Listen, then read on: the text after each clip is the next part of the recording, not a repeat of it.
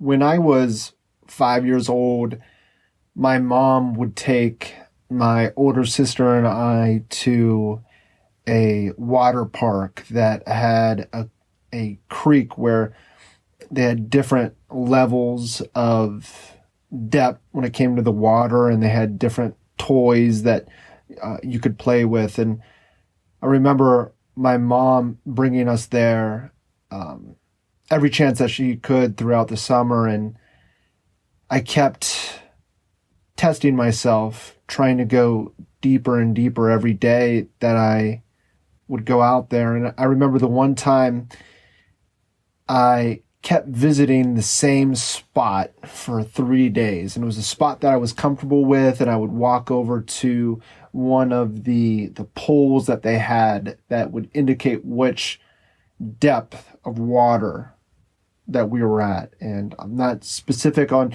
what level I was at.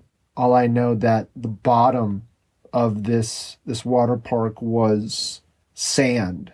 So through time visiting this spot, I must have moved some of the sand that was at the bottom of this creek. And on the third day that I visited, it was much deeper than I anticipated.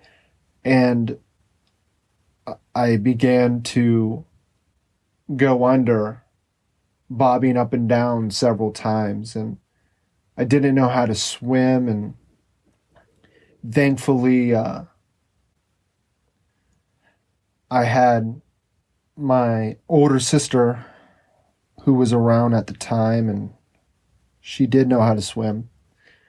But up until that point of her noticing that I was having a difficult time keeping myself above water, I remember bobbing up and down underwater. And it was about the fourth or fifth time that I was able to bob up above the surface and catch my breath. And on the fifth time, when I went down and was submerged underneath the water, all I can think of at that time was that I didn't have any more strength to get above water to catch my breath for the last time. And I wasn't aware that my sister had caught me bobbing up and down. So as I was submerged, as my head was under the water, I thought I had nothing left, and I was utterly convinced that I was going to drown. And that memory has stuck with me ever since, of feeling hopeless and recognizing that it was the end. And when I was submerged under the water for the last time, for what I thought was the last time, I just gave into the reality that this was it, that this was the final destination in my relatively short life. And I remember as I was sinking to the bottom, having this peace come over me that it was all right, that this was the reality, and there was nothing that I can do about it but just be with the way things are. And luckily and thankfully, as soon as I had that thought in my mind of this is it, this is the end, my older sister came over and she grabbed me and she pulled me up out of the water and swam us back to shore. And obviously, from that situation, I walked away with a greater sense of appreciation for life. And it is something that I've carried with me ever since, of being excited about life and being grateful for life. And realizing how blessed I am to be here. But as I think back to that specific scenario, there's a few things in hindsight that I pull from it. And the first insight that I can pull when I look back at that memory is the space that was available to me in such a dire situation. It sounds terrific to confront your last moments with this idea of letting or allowing what is to be. And to me, being able to allow the situation to unfold the way that it would unfold gave me enough space to be objective about the situation. And when I think about it physically, that was great, because when you hear stories of people who have drowned, it's a horrible situation where they begin to panic and they begin to flare their legs and their arms.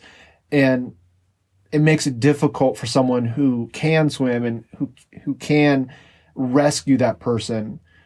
It makes it dangerous because they're in danger of being brought down and dragged down with that person that's drowning. So from a physical perspective, in hindsight, I look back at it, and having the composure to just relax, unbeknownst to me, was better for me, and allowed my sister to rescue us safely. But then also psychologically, looking at that example and applying it to everyday life, when we feel overwhelmed and we feel like the work that we have in front of us, or the challenges or the objects that stop us from being comfortable, when it feels like we're in over our head, we begin to flail psychologically in every which direction.